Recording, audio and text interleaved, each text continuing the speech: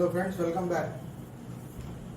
What if all the defendants or some of the defendants or one of the defendants is a government, central government or state government? Can you file the suit directly? No.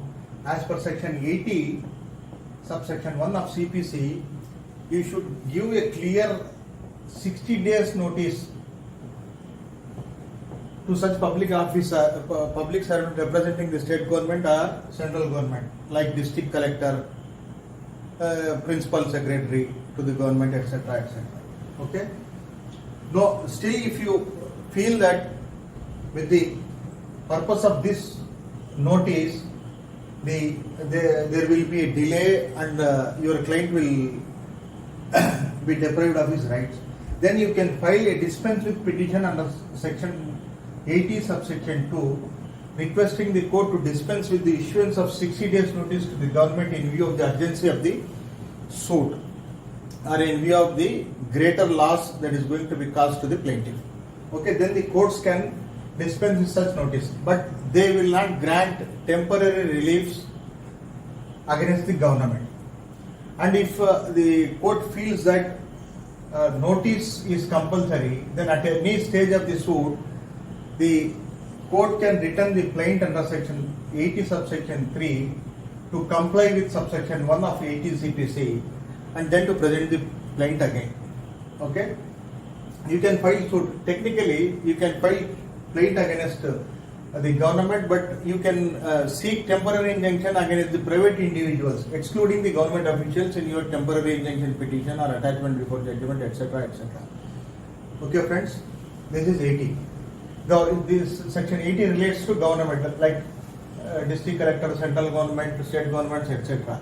For local bodies, there will also be similar provision in Municipalities Act or Municipal Corporations Act or a Greater Municipal Corporations Act, etc., etc., like Gram Panchayat Act. Similar provision will be there. You can also seek dispense with of such prior notice. Okay, friends? And you file plaint. Okay. Normally, plaints will be registered.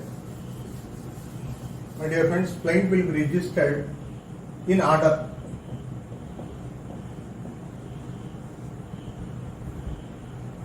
If X files suit first, Y files suit first, Z files third suit, then the numbers will be assigned in this way. But if you want to number your suit out of order,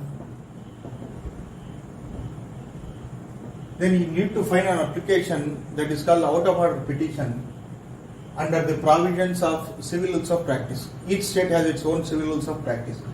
In Andhra Pradesh, it is Rule 57 of AP Civil Rules of Practice. Under this provision, you can file an out of order petition and request the court to number it.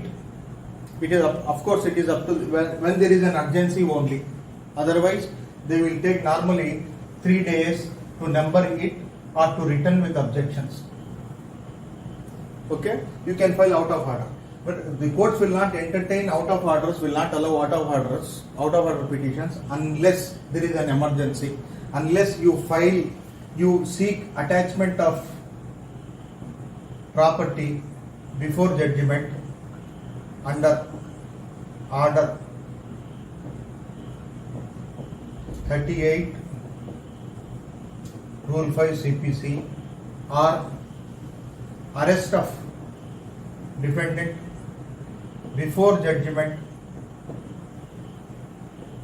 under order 38 Rule 1 of CPC.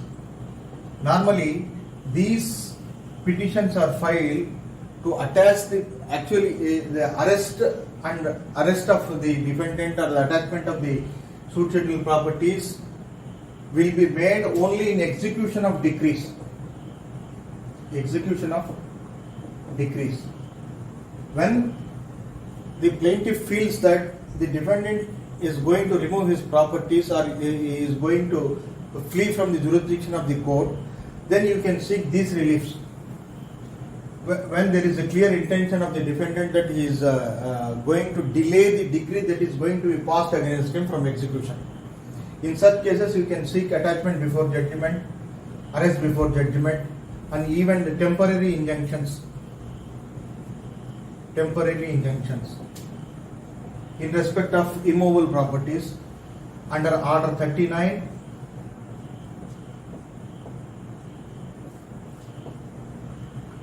Rules 1 or 2. Okay, my dear friends. Normally, in temporary injunction petitions, we normally know that prima facie case,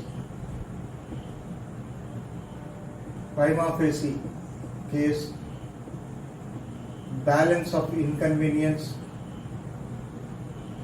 and irreparable loss. These three principles we have to establish by the plaintiff before the court to get a temporary injunction. These principles will apply at the time of final disposal of the temporary injunction petition. Supposedly, tomorrow you file an out of order suit for permanent injunction or declaration or partition, and you file temporary injunction petition along with your application for temporary injunction, restraining the defendant from alienating the suit scheduled property in suits of partition, restraining the defendant from interfering with the possession and enjoyment of the plaintiff or the suit scheduled property in respect of permanent injunction and declaratory suits, then you can seek this. For that you need not establish this one. Instead, under Rule 3 of Order 38, if the court feels that the very object of granting temporary injunction will be defeated if the notice is issued to the defendant, then the court can order temporary injunction, that is called ad interim temporary injunction. In other words, it is called ex parte temporary injunction for a certain period until the notice is served on the defendant. For that, you need to file before the civil court an affidavit on the date of granting of temporary injunction or on the very immediate next day that you have sent plain copies, documents, your own documents, and the copy of petition affidavit in temporary injunction petitions. Otherwise, the temporary injunction granted will be automatically invalid. Okay? You get this point? Please go through these sections. Order 38, Rule 1, Order 38, Rule 5, and Order 38, Rules 1 and 2. If anybody if any party of the suit violates the temporary injunction granted, is liable to be sent to civil prison under Rule 2A of Order 39 of Civil Procedure Code. Okay? And under Rule 4 of this order, the civil courts can vary, discharge, or set aside the injunction granted. Okay? And when notice is served, the defendant files his written statement in the suit and the counter in the temporary injunction petition. Then, to seek temporary injunction until the disposal of the suit,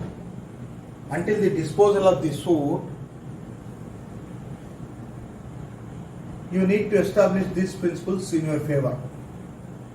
Prima facie case is proved through your documents of title, etc. Balance of convenience. Balance of convenience is tilting in my favor, like that.